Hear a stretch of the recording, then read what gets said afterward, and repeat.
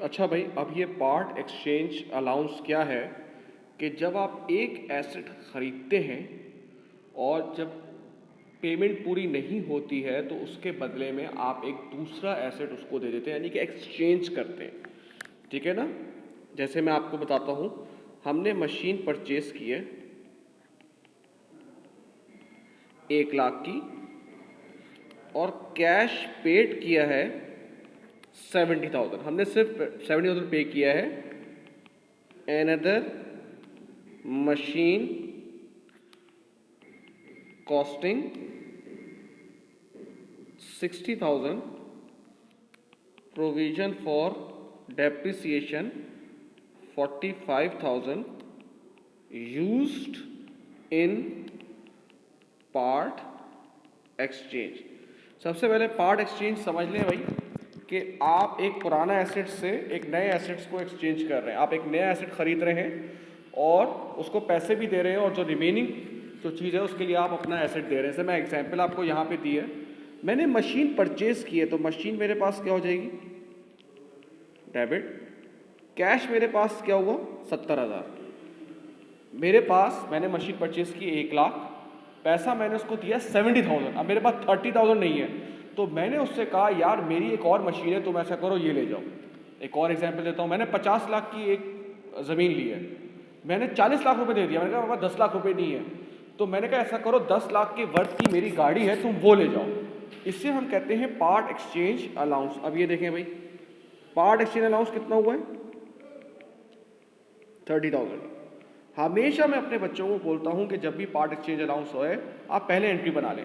अब ये एंट्री आपको क्या बता रही है, 1 लाख की आपने मशीन खरीदी, आपने कैश कितना पे किया 70,000, और जो रिमेनिंग अमाउंट है वो एक तरह से पार्ट एक्सचेंज अलाउंस है। 30,000 रुपये का आपने एक तरह से जो उनका पुराना एसेट है वो दे दिया आपने। अब जाहिर सी बात है, जो पुराना एसेट किया है तो या तो गेन हुआ होगा या लॉस हुआ होगा। पहले तो उसकी नेटबुक वैल्यू निकालते हैं। जो एसेट आपने एक्सचेंज किया उसकी कॉस्ट कितनी है 60, डेप्रिसिएशन कितना है 45, तो 15,000 जिसे कहते हैं उसकी वैल्यू है। और एक्सचेंज में कितना बेनिफिट मिला है आपको, 30,000 का बेनिफिट मिला है। इसका मतलब है पार्ट एक्सचेंज अलाउंस में कितना गेन आया है आपके पास, 15,000 गेन आया है। इज दैट राइट, 15,000 गेन आया है। आपने 15,000 का नेटबुक वैल्यू थी, पार्ट एक्सचेंज अलाउंस कितना था 30,000 का था, 15,000 का बेनिफिट कितना हुआ एक्सचेंज में 30,000, तो गेन कितना आया 15,000 आया। इसकी एक और एग्जांपल भाई, मशीन परचेज हुई है 50,000 की और कैश से पेमेंट हुई है 40,000।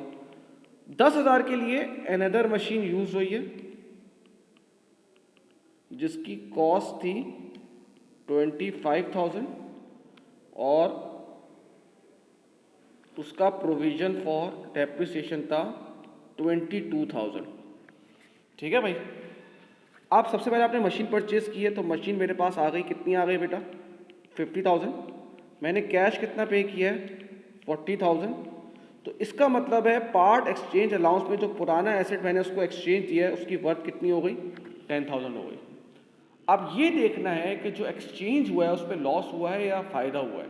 तो जो एक्सचेंज हुआ है उसकी नेटबुक वैल्यू कितनी थी 25 माइनस 22, यानी कि 3,000 उसकी नेटबुक वैल्यू थी। और पार्ट एक्सचेंज अलाउंस में उसने बेनिफिट कितने का दिया है आपको, वैल्यू कितनी एक्सचेंज हुई है 10,000 की, 3,000 की वैल्यू थी और बेनिफिट में कितना फ़ायदा हुआ है 10,000 का। इसका मतलब क्या है 7,000 का आपके पास गेन है।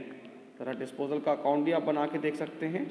जो मशीन है जो एक्सचेंज की गई है उसकी कॉस्ट थी 25,000, उसका डेप्रिसिएशन था 22,000, पार्ट एक्सचेंज अलाउंस कितना हो रहा है 10,000, तो गेन आपके पास कितना आ रहा है 7,000। ठीक है भाई। पार्ट एक्सचेंज अलाउंस क्या होता है, जब आप एक नई मशीन खरीदते हैं और उस पर एक पुरानी मशीन एक्सचेंज करते हैं। ठीक है बेटा।